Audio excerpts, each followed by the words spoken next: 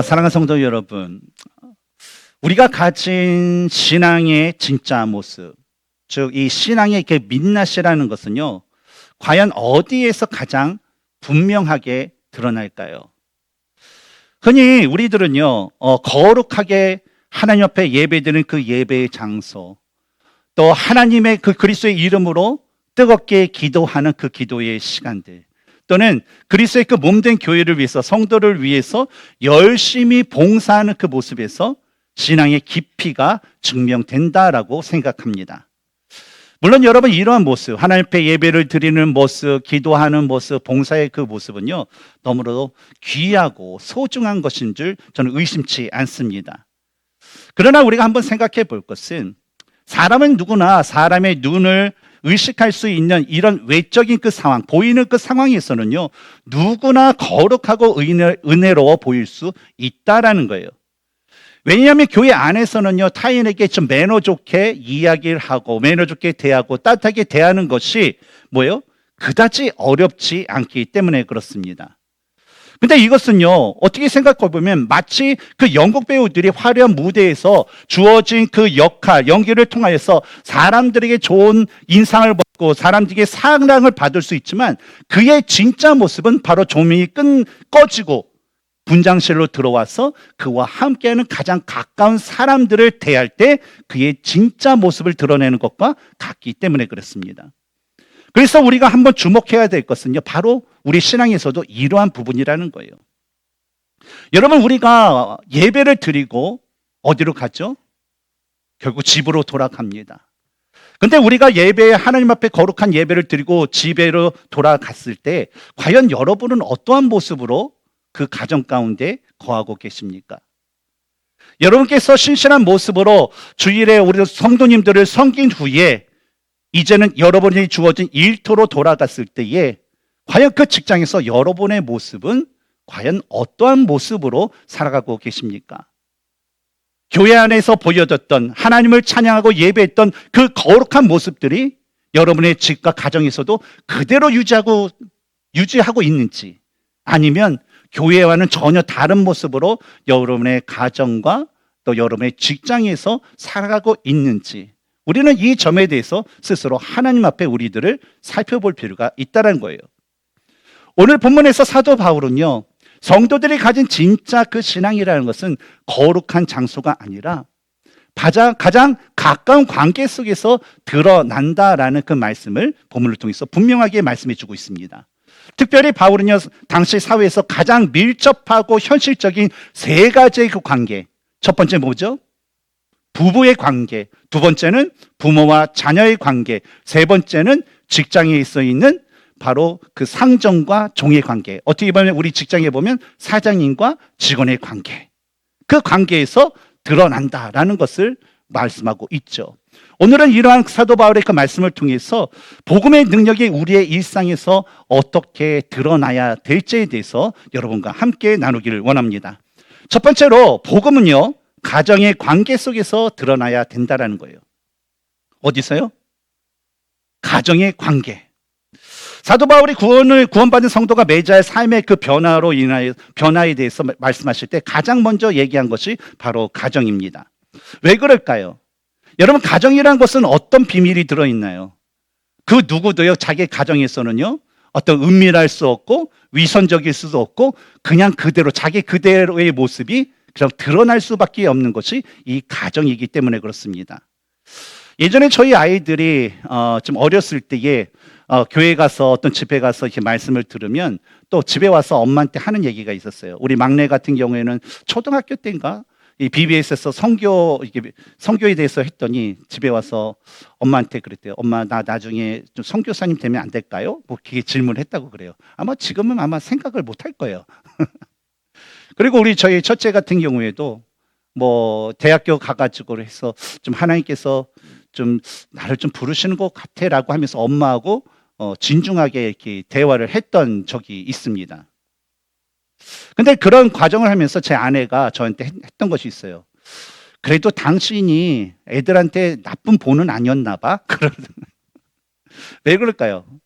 많은 목사님의 그 가정 가운데 안타까운 것은 뭐냐면 나쁜 길로 빠지는 그 자녀들이 너무나도 많기 때문에 그래요. 왜 그럴까요? 교회 안에서의 아빠의 모습과 집에서의 아빠의 모습이 너무나도 다르기 때문에 그렇죠. 그리고 아이들은 뭐예요? 그것이 성경적인가? 그것이 성경적이 아닌가를 아이들은 분별할 수 있기 때문이라는 겁니다. 근데 우리가 이 가정의 관계에 대해서 말씀을 더 나누기 전에 먼저 알아야 될 것은 바로 이 가정을 세우는 그런 대전제로 사도 바울이 말씀하고 있는 것이 뭐냐면 바로 에베소서 5장 21절의 말씀이라는 겁니다. 어떤 말씀입니까? 바로 그리스도를 경외함으로 피차 복종하라라는 말씀이에요. 이 말씀은 우리가 지난주에 나눴던 그 말씀으로 성도들이 그 가져야 할 사랑은 바로 이 세상이 말하는 사랑이 아니라 그리스도의 그 관계 가운데서 맺어지는 그 사랑인데, 복종 역시도 어때요? 그리스도께서 우리를 섬기기 위해서 자신이 직접 스스로 복종하시고 사랑을 보여줬던 것처럼 그 사랑의 모습을 본받아서 서로에게 대하는 모습, 그것이 바로 복종의 모습이다라는 겁니다. 따라서 가정 안에서의 그 복종은요, 세상이 말하는 어떤 수직적인 관계나 어떤 일방적인 그런 굴복이 아니라 그리스도께서 우리를 위해서 자신을 내어준 그 사랑을 기억하면서 그리스도를 경외하는 그 마음으로 서로를 높여주는 상호 헌신적인 그 모습을 이야기한다는 겁니다. 이에 대해서 바울은요, 먼저 남편과 아내 관계에서 드러나야 되는 존경의 그 순종과 희생적 그 사랑에 대한 그 말씀을 줍니다. 먼저 바울은요, 아내들에게 얘기합니다. 우리 아내분들 22절 같이 읽겠습니다. 아내분들만 시작. 아내들이여 자기 남편에게 복종하기를 주께 타듯하라. 이 말씀은 오늘날 인본주의나 세상의 시각으로 보는 사람들에게는요, 이 말씀은 여성들을 조금 무시하고 학대하고 또 시대에 뒤떨어진 어떤 가부장제적인 그런 주장을 하는 말씀이야 라는 식으로 이 말씀을 오해하는 구절이기도 합니다. 그러나 여러분, 성경에서 그 말하는 그 복종이라는 것은요, 어떤 세상이 말하는 어떤 힘의 우열 관계를 통하여서 어떤 남자, 여자, 어떤 인격의 어떤 그런 차등으로 인하여서 생기는 그런 복종이 아니다라는 것입니다. 22절을요, 헬라어 원문으로 보게 되면요, 한 가지 특별한 것을 찾아볼 수가 있어요. 그것은 뭐냐면 원어 성경 문장에는요, 복종하라라고 뜻하는 그 단어가 사용되지 않았다라는 거예요. 그런데 한글 성경이나 영어 성경을 보면 복종하라는 그 의미를 다는 그런 단어가 사용됐는데, 그것은 왜 그러냐? 헬라 문법상 앞절인 21절에서 사용하고 있는 복종하라라는 그 헬라 동사가 22절에도 계속적으로 영향력을 주고 있기 때문에 그렇다는 거예요. 그래서 그 의미가 계속적으로 이어지는 거기 때문에 그것을 번역을 하면서 영어에서 또 한글 성경에서 복종하기를 이라는 그 단어로 바로 번역을 했던 것입니다. 따라서 아내가 남편에게 해야 될 그 복종이라는 것은요, 어떤 세상에서 이루어질 수 있는 어떤 남녀 차별로 생긴 강요된 그 굴복이 아니라는 거예요. 오히려 하나님께서 가정에 세우신 그 질서와 또 남편의 그 질서 가운데 가정의 머리로 세우신 하나님의 영적인 그 권리를 받아들여서 아내들이 자진하여서 기쁨으로 남편을 높여주는 것, 바로 그 거룩한 존중을 의미한다라는 것이죠. 우리 사랑하는 우리 아내분들, 여러분 하나님의 권위를 여러분 인정하십니까?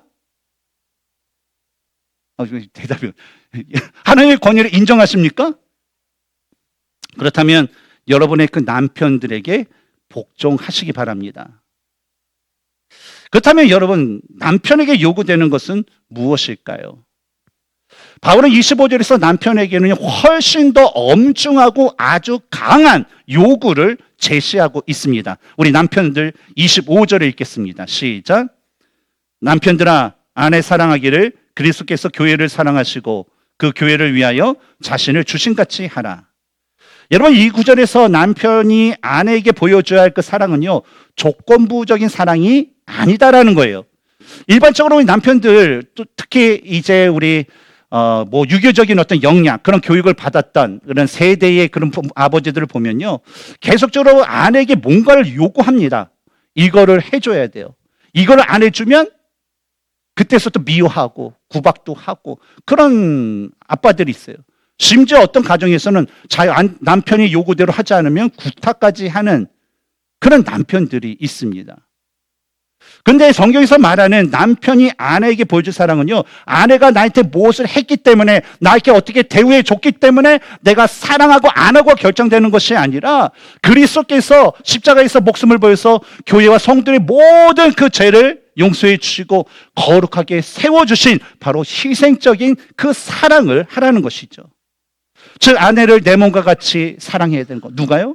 남편들이. 아내의 영적 성장을 도와야 되는 거예요. 누가요? 남편들이. 생명을 다해 지키고 아껴야 되는 것. 누가요? 남편들이. 누구에게? 아내에게 보여줄 그 사랑이라는 거죠. 그런 남편들에게 묻겠습니다. 여러분, 남편분들, 여러분 그리스도의 그 사랑을 받으셨습니까? 아멘. 그렇다면 여러분의 아내를 생명을 다해 죽기까지 사랑하시길 바랍니다. 예, 오늘 아멘 하신 분들 오늘 반찬이 달라질 줄 믿습니다. 근데 바울은요, 이런 남편과 아내의 연합이 단순한 인간의 결합으로 끝나는 것이 아니다라고 말씀합니다. 이에 대해서 32절에서 이 비밀이 크도다. 나는 그리스도와 교회에 대하여 말하노라 라는 그런 선포를 하십니다. 부부가 그리스도 안에서요 서로를 존중하고 목숨을 다해 사랑할 때요, 세상은요 바로 그 하나된 그리스도 안에서 하나된 그 부부를 통해서요 바로 그리스도와 교회가 이룬 그 거룩하고 신비로운 그 연합을 직접 보게 되고 그것을 경험하게 된다라는 거예요. 여러분, 오늘날 수많은 그런 가정의 부부의 갈등은요 대부분 누가 옳은가, 누가 주도권을 갖느냐라는 이 주도권 싸움 때문에 자존심에서 시작되는 그런 싸움들이 많습니다. 그래서 뭐 저도 이제 가끔가다 아내한테 매번 그래가지고 항상 미안해 하면서 무릎 꿇고 사과를 하는데, 뭐냐면 왜 자꾸만 나의 자존심을 건드리냐 이거예요. 예. 여러분들은 어떻습니까? 그 아내는 저한테 하는 게 뭐냐면 왜 그런 식으로 얘기를 해? 그거예요. 그러다가 이제 뭐예요? 토닥토닥거리다가 말이 끊어지다가 어때요? 서로 보지 않고 지나가고. 아마 우리 성도님들 그 가정도 비슷한 모습이 있으리라 봅니다. 근데 우리가 생각해 볼 것은 뭐냐면 우리는 인간적인 연약했기 때문에 그런 모습이 있어요. 근데 복음은, 성경은 우리에게 무엇을 묻고 있느냐라는 거예요. 부부관계. 성경에서는 부부관계 가운데 누가 자신의 그 배우자에게 더 옳은 것을 말하고 있는가라는 그 질문을 하지 않는다라는 거예요. 성경은 부부된 그리스도 안에서 부부된 우리들에게 말하는 것은 뭐냐면 그리스도의 마음으로 배우자를 더 깊이 사랑하고 존중하고 있는가라는 것을 바로 남편 된 자에게, 아내 된 자에게 그것을 말씀하고 있다는 것입니다. 그러므로 우리가 부부 생활을 하면서 때로는 어떤 사소한 일 가운데, 어떤 크고 어떤 작은 일 가운데 옳고 그름을 따질 수가 있어요. 그러나 우리가 어떤 일 가운데 옳고 그름을 따지기 전에 바로 그리스도의 그 십자가의 사랑으로 우리는요, 바로 남편은 누구를? 아내는 남편을 먼저 섬기는 복된 가족이 되시기를 주님의 이름으로 축원합니다. 두 번째로 바울은요, 이번에는 이 가정의 그 관계 가운데 자녀와 부모의 관계 가운데서 드러나야 할 순종과 주의 교훈의 양육에 대해서 말씀을 합니다. 사도 바울은 이 부부의 관계를 통해서 가정에서 이루어질 수 있는 드러나야 될 것을 말씀하셨어요. 근데 이어서 부모와 자녀와의 관계 가운데서도 복음의 실천에 관하여서 말씀을 하는데, 이에 대한 우리 말씀, 우리 1절부터 6장 1절부터 3절까지 같이 읽겠습니다. 시작. 자녀들아, 주 안에서 너희 부모에게 순종하라. 이것이 옳으니라.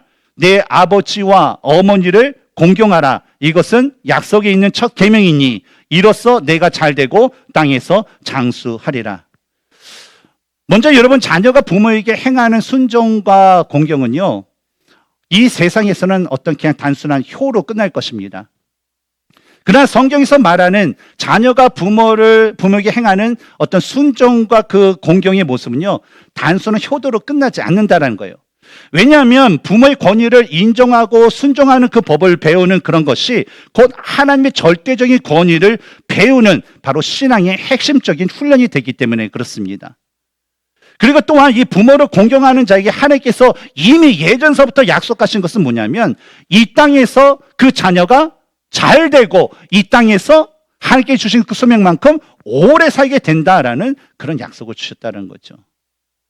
그래서 우리가 자녀를 위해서 내가 어떻게 양육할까라는 그 고민을 할 때에 가장 먼저 해야 될 것은 뭐냐면 내가 하나님을 온전히 경외할 수 있는 부모가 될 때에 그 신앙의 그 원리로, 신앙의 그 말씀으로 자녀들을 양육할 때 자녀들은요, 그 말씀 가운데 순종하는 그 자녀가 될 뿐만 아니라 바로 하나님의 귀한 자녀가 된다는 것입니다. 그리고 이번에는 이어서 부모에게도 엄숙한 그 사명을 부여하시죠.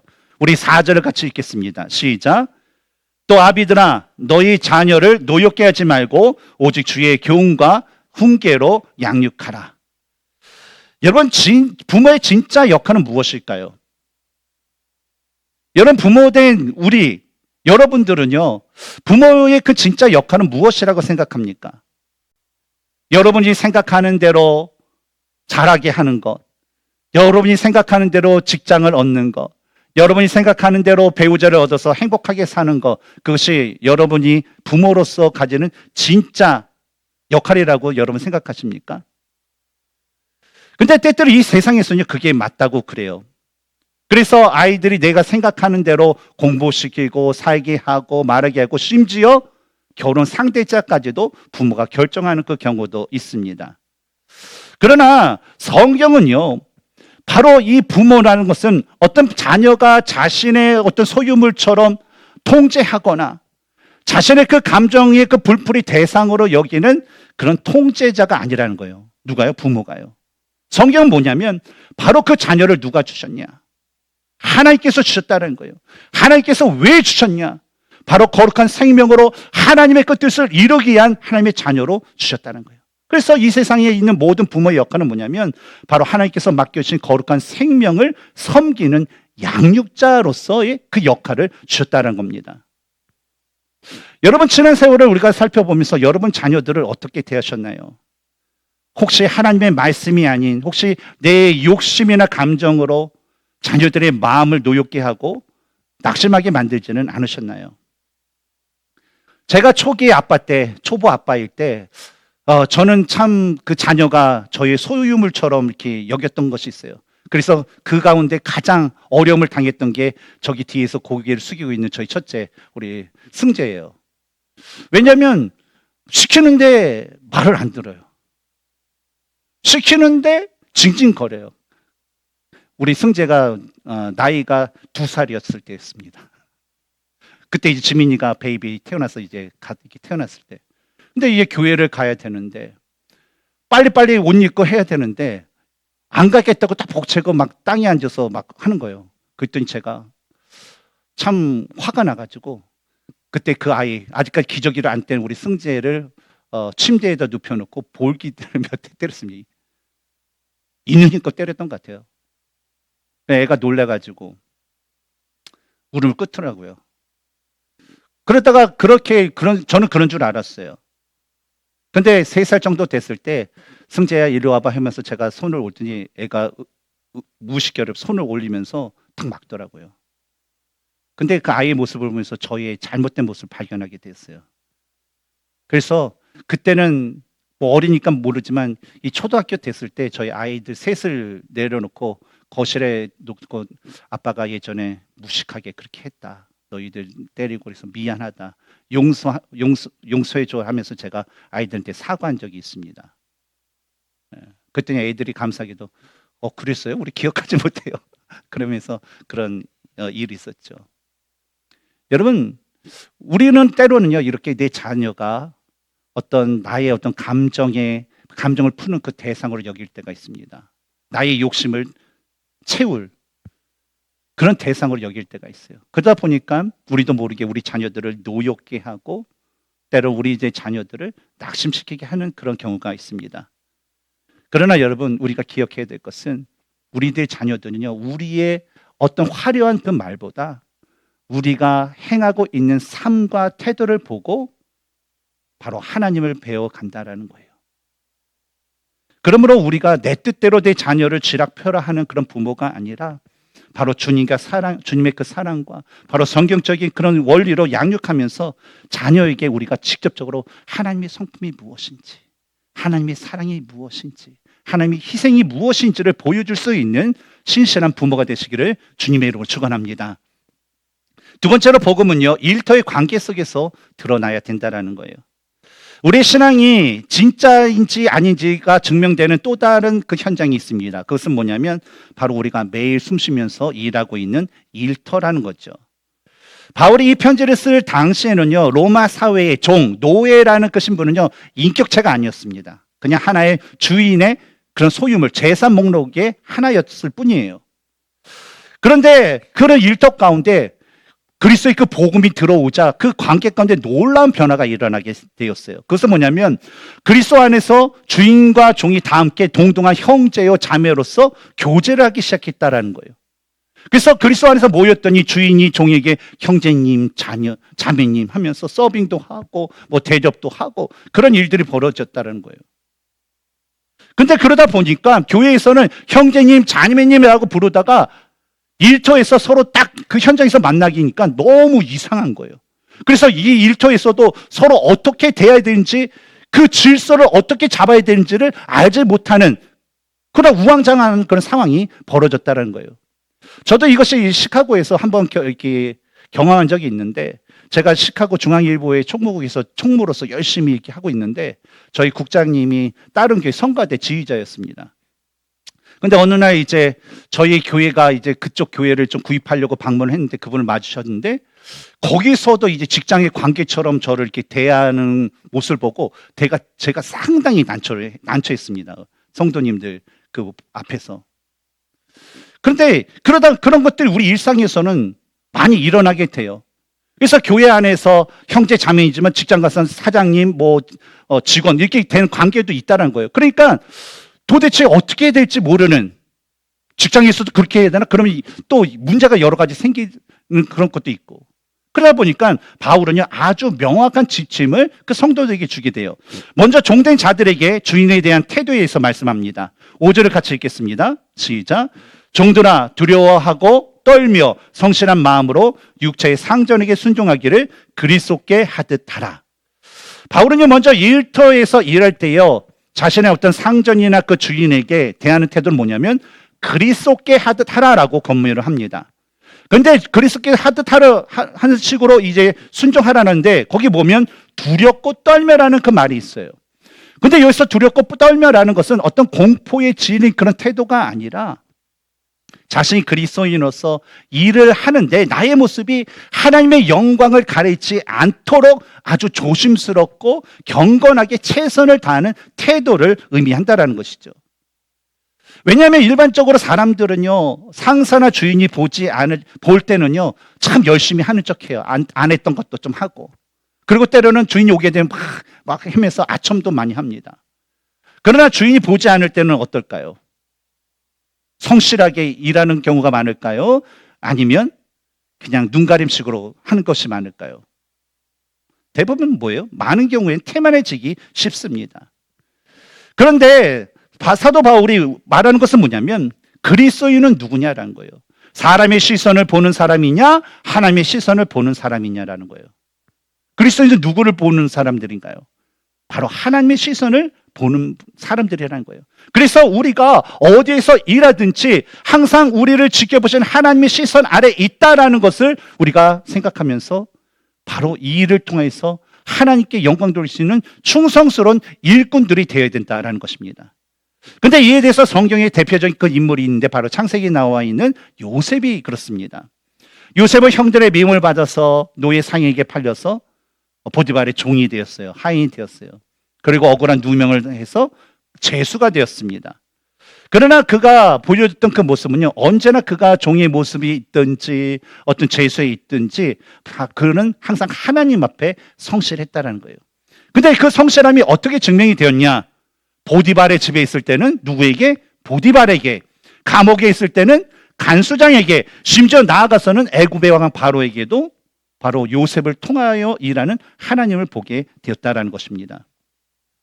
마찬가지로 우리가 우리에게 주신 하나님께서 주신 그 직장과 그런 사업장이 있을 것입니다.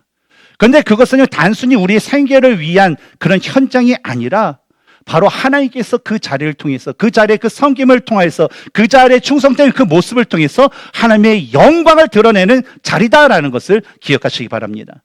그러면서 하나님의 자녀된 우리들은요 우리가 일하는 바로 그 자리가 하나님을 섬기는 자리이며 바로 하나님의 영광을 드리고 하나님을 찬양하는 그런 예배의 그 현장으로, 그 현장 가운데 상전을 대할 때 그리스도께 하듯 충성을 다하는 우리 모두가 되어야 될 줄 믿습니다. 다음으로 주인된 자들에게 종에 대한 태도에 있어 말씀하고 있어요. 9절입니다. 같이 읽을까요? 시작. 상전들아, 너희도 그들에게 이와 같이 하고 위협을 그치라. 이는 그들과 너희 상전이 하늘에 계시고 그에게는 사람을 외모로 취하는 일이 없는 줄 너희가 알미라. 이 말씀요, 당신 그리스도인이 됐던 어떤 주인들과 오늘날 리더로서의 그 위치에 있는 우리 모두에게 주는 말씀입니다. 바로 어떤 말씀입니까? 지위가 있다고 해서, 높다고 해서 직원들을 비인격적으로 대하거나 함부로 위협하거나 갑질을 해서는 안 된다라는 겁니다. 요즘에 여러분 세상에 큰 회사나 작은 회사나 뭐 아이들의 그 관계 가운데 항상 뭐냐면 상하가 있어요. 계급이 있어요. 한국에는 그렇다면서요. 그 강남 가면 너는 몇 평짜리 집에 사냐? 너희 자동차는 몇 cc냐 돼서 애들이 그 상하 계급이 지어진다고 그러더라고요. 근데 심지어 이 미국에서도요. 애들의 리더십에 있냐 없냐, 무엇을 하냐 아냐에 대해서 애들 나름대로의 그 계급이 주어지게 됩니다. 그런데 리더의 자리에 있게 되면요, 항상 사람들은 군림하려고 해요. 그렇죠? 작은 가게에 있어도 매니저 된다 그러면 거기서 밑에 있는 한두 명의 그런 직원들에게 군림하려고 하는 그런 모습이 있어요. 그러다 보니까 막 대하는 경우가 있죠. 근데 사도 바울이 얘기한 것은 뭐냐면 당시 사람들도 동일한 모습이 있었다는 거예요. 그러나 그리스도인들 안에서는요, 그 자신뿐만 아니라 그 직원의 그런 상이 진짜 주인이 있다라는 거예요. 그게 누구냐면 바로 하늘에 계신 바로 하나님이 계시다라는 거예요. 그렇기 때문에 지금 있는 나의 밑에서 일을 하지만 그의 진짜 주인은 누구예요? 내가 아니라 하나님이라는 거예요. 자신도 자신이 주인이라는 그런 타이틀을 갖고 있지만 진짜 주인 누구예요? 하나님이라는 거예요. 그렇기 때문에 상전도 바로 그 종을 대할 때에 그 진짜 상전이신 그 하나님 앞에 하나님의 그 영광을 가리지 않도록 그 사람을 위해 주인께서 자신을 위해서 섬기셨듯이, 주인께서 자기를 구원하시고 세우셨듯이 그 사람을 세우는 그 역할로 그 종들을 대해야 된다라고 말씀을 한 것입니다. 여러분, 리더의 그 권위는요, 누르고 억누른 데 있지 않고요, 바로 세우고 섬기는 데 있기 때문에 그렇습니다. 왜냐하면 우리는요, 이 세상의 어떤 스펙이나 어떤 재산이나 어떤 그 직급을 가지고 우리는 위세를 떨 때가 있어요. 그러나 하나님 앞에서는 그것이 아무런 소용이 없어요. 왜냐하면 하나님은요, 바로 우리의 중심을 보시는 분이시기 때문에 그렇습니다. 그러므로 우리가 직장에서 아랫사람을 대할 때에 바로 하늘 상전이신 그 주님이 나를 바라보고 계신다라는 것을 우리가 기억하면서 하나님께서 주신 그 사랑과 인격의 그 모습으로 아랫사람들을 인격과 사랑으로 섬길 줄 아는 거룩한 리더들이 되어야 될 줄 믿습니다. 오늘 그 말씀을 통해서 하나님은요, 우리의 삶을 비춰보시면서 이런 질문을 던지셨어요. 내가 너에게 준 그 복음은 주일에만 머물고 있느냐? 아니면 내가 날마다 숨쉬는 가정과 일터에서도 진실하게 드러나고 있느냐라고 말이죠. 여러분, 교회 안에서 주여 주여 외치고 신앙적인 언어를 사용하는 것은요, 그다지 어렵지 않습니다. 그리고 우리가 교회에서 이런 말과 행동을 하면서 남들에게 거룩하게 보이는 것, 신실하게 보이는 거 어렵지 않아요. 몇 마디 잘하고 행동만 몇 번 이렇게 하게 되면요, 다 사람들이 아, 저 사람은 신실한 것 같아, 진짜 일꾼인 것 같아 라고 느낄 정도로 행할 수 있습니다. 그러나 예수님께서는 이러한 모습에 대해서 마태복음 7장 21절에서 다음과 같은 경고를 주셨습니다. 나더러 주여 주여 하는 자마다 다 천국에 들어갈 것이 아니요 다만 하늘에 계신 내 아버지의 뜻대로 행하는 자라야 들어갈 것이니라. 이 말씀 무엇일까요? 우리가 교회에서 주여 주여 한다라고 해서 다 옳다라는 거 아니에요. 하나님의 말씀을 뭐예요? 진짜 우리가 살아가는 가정과 우리가 일하는 그 직장에서 그 말씀대로 우리가 행할 때에 그것이 진짜 믿음으로 드러나게 된다라는 것입니다. 여러분, 가정에서 남편과 아내가 서로 존중하고 희생을 다하여서 서로 사랑할 때, 부모와 자녀가 주 안에서 순종하고 말씀으로 그 연결될 때, 그리고 일터에서 상사와 동료와 직원을 죽게 타듯 신실함으로 우리가 대할 때에 비로소 우리들의 신앙은요, 이 세상 가운데서 빛과 소금의 역할을 강력하게 우리가 감당할 수 있을 줄 믿습니다. 여러분, 이번 한 주를 살아갈 때에 입술로만의 그 신앙을 넘어서요, 이제는 우리가 가까이 있는 가정과 또 일터에서 그 그리스도의 그 복음을 온 몸으로 우리가 살아가는 우리 모두가 되었으면 좋겠습니다. 이러한 삶을 통해서 하나님께 영광이 되고 세상에서는 거룩함을 울릴 수 있는 우리 모두가 되기를 주님의 이름으로 축원합니다.